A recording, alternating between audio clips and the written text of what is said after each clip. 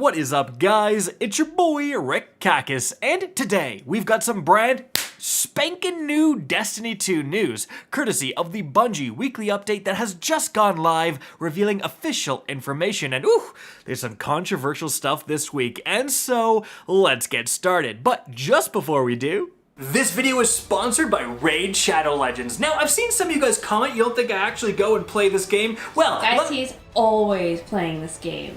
Why'd you say it like that? Guys, this is me in my first Raid Shadow Legends ad back in August. Look at how adorable I am showing off I nearly played for 2 months straight. Well, this is how that looks now, leading up to my 270-day reward. Guys, my champion roster was pathetic back in the day, but oh my goodness, I've had so much fun in this game, and how much this game has changed is incredible. So much new content, free champions that made a huge difference in my roster, and more. It has been a journey, and it should be time to start yours.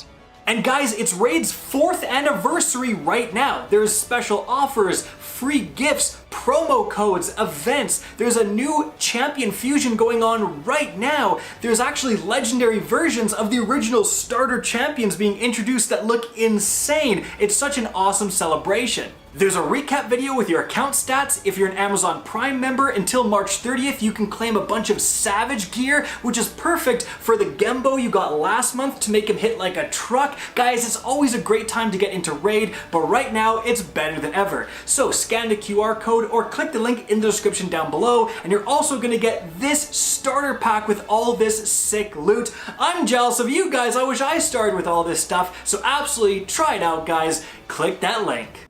Alright, now what's going on this week in-game? Well, actually quite a lot, so let's get started with the controversy, the drama within the community. So, at Weekly Reset, the Duality Dungeon became the featured weekly dungeon, and that means you can set it to Master Difficulty and you can get Artifice Armor. Traditionally, farming the boss of Duality over and over again has been the most efficient way to get Artifice Armor. But with the changes in difficulty coming with Lightfall, you're now going to be constantly like 20 power level under the cap, whereas previously, after quite a while later in the season, you could level up and be on parity, be the exact light level of Master Dungeons. So it's a lot harder now, and as a result, a new farming method came about. As you can see, the boss of the first encounter will actually follow you off this ledge and fall to his death, and then once that happens, if you can stay alive,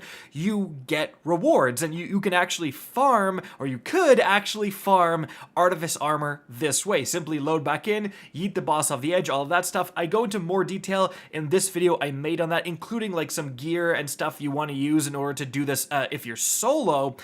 However, as a result of this, a lot of people started farming this, and as you can see right here, Bungie nerfed it. And they did so in a very weird way. They actually disabled the checkpoint for this first encounter, which means you can actually still cheese the boss. And so solo players especially can still use this as a farming technique if they simply restart the entire dungeon each time. This is a tweet that someone sent me showing a clip of them doing just that. Obviously, it's going to be nowhere near as efficient as if you would have saved a checkpoint, but still, for a lot of solo players out there, the fact that you simply need to get to this first encounter, immediately cheese the boss, is going to be a fantastic way to get Artifice Armor still. But guys, obviously a lot of people were very upset by this. A lot of people saying, hey, I'm stuck at school, I'm stuck at work, I haven't had a chance to do this, I'm at a disadvantage now. I may have made a meme somewhat contributing to these feelings, but my meme really represents what a lot of people were saying on Twitter and so on, that hey, there's all these problems with the game, but instead you go after the stuff that benefits the player almost immediately. Now, of course, guys, Bungie has to address these kind of glitches and farming techniques that are obviously not intended, but Bungie, if I will just offer you some advice, you guys need to learn about this thing called public perception. Instead of just immediately clamping down with a tweet saying, yeah, it's done, too bad. Why not tweet something like, hey, we're aware of this. What we're going to do is that we have a hotfix going out tomorrow. We're going to nerf this at that time. So enjoy your last night of farming. You then go from seeming like a company that's after anything that benefits the player to then one that's understanding and one that actually gives players, maybe at work or at school, time to do what other people have already been doing. Is one extra day of Artifice Armor farming going to kill the game? No, Bungie. However, moving on, speaking of that hotfix, it really did come out this morning and it was actually pretty substantial. Here's what you need to know. So first of all, they actually increased the drop rate for exotic armor in Legend and Master Lost sectors when playing solo. This has been a big issue. Lost sectors went from, something that you could easily get on the same power level as your enemies to you're always 20 light below or potentially more, and so a lot of players have said that they're just too hard for the rewards. So hopefully now you have a near guaranteed chance. If you spend 10-15 minutes in a lost sector soloing it, yeah, you should probably get a exotic armor piece guaranteed, because for goodness sakes, just because you get an armor piece doesn't mean you get the stats you want, etc. You still have to farm for quite a while. In addition to that, guys, in terms of some armor issues, they fixed an issue where some artifact mods were not properly proccing anti-barrier capabilities. So for hunters, they fixed an issue where volatile rounds were not granted by equipping the Gear Falcon's exotic chest armor, blocking void weapons from anti-barrier champions. So Gear Falcon's builds are even better now. Armor scavenger mods. They fixed an issue where Jotun was getting way more ammo than normal. So now you can use the Jotun again. Moving on from there, in terms of other weapons, they fixed an issue where the Winterbite exotic glaive was doing more damage, so you should be able to use and equip that again. I believe they disabled it. Moving on from there, the bonus to glaive melee damage granted by the Syntheseps has been reduced against both combatants and enemy guardians. That is a little unfortunate. Syntheseps were pretty cracked with glaives, and they were doing a ton of damage, so definitely that is going to be, an issue if you have a glaive build. And also they fixed an issue where the Grand Overture's blinding effect applied to other sources of splash damage. So essentially if you use that machine gun, your hand cannon with explosive would get blinding. It was pretty wild. Moving on from there, some ability changes. So for Strand, they increased the internal cooldown of the Thread of Ascent fragment from 2 seconds to 4 seconds. They also fixed an issue where after a player grappled to a thrown tangle, the Berserkers into the Fray aspect would fail to activate on further tangle detonations. They fixed an issue where the suspending detonation from the Broodweaver's Mindspun Invocation aspect was not properly stunning unstoppable champions. For Solar, they fixed an issue where the Radiant effect was not increasing the damage of Strand weapons. That's actually a big one. So if you were using Strand weapons standing inside a well, you were doing nowhere near as much damage as you should have, and you probably thought those weapons were bad, so that's a big change. Also, for Strand, they fixed an issue where the Thread of Generation fragment would stop functioning after a Silk Strike super deactivation and either the Shackle or Threadling Grenade is equipped.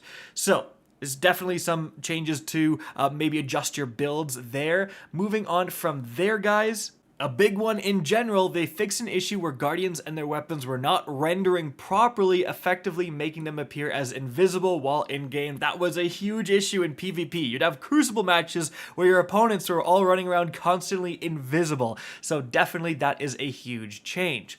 But guys, moving on from there, something else pretty big that happened this week is that the Vexcalibur exotic mission actually reset, and there's a new quest you can go and get involving the Vexcalibur that will give it a new mod allowing it to shoot objects it previously couldn't have shot, which means if you go back into that exotic mission, there's more secrets to uncover, like chests to earn and all of that stuff, and there's a lot of triumphs associated with going back in there and finding all of those secrets. If you don't care about that stuff, simply doing the mission again on Legend difficulty will actually give you a new exotic catalyst perk. As you can see right here, you can get the Grave Robber perk with Glaives, especially Grave Robber, is actually pretty good. Being able to just melee and instantly refill your magazine if you get that kill is super saucy, so definitely worth doing. Now, moving on from there, guys, finally, let's get to the new information within the TWAB. Like I said, way more stuff happened outside the TWAB actually this week, but some things you may want to know. First of all, Bungie released some promotional videos. They have the Art of Lightfall showcase video. They also just released developer insights on the Root of Nightmares raid. Both are very cool videos. Also, there were huge updates to commendations and Guardian ranks. So Bungie reduced the amount of commendations you need to advance Guardian ranks massively. Here are the actual requirements. So like, to get to rank 11, it was 6,000 commendation. And rank 10, 5,000, that's insane. So they lowered those significantly. A lot of players out there, go and check your Guardian ranks, go and check the My Journey tab because you've instantly progressed. You just have to go and actually click on it now. Moving on from there, guys.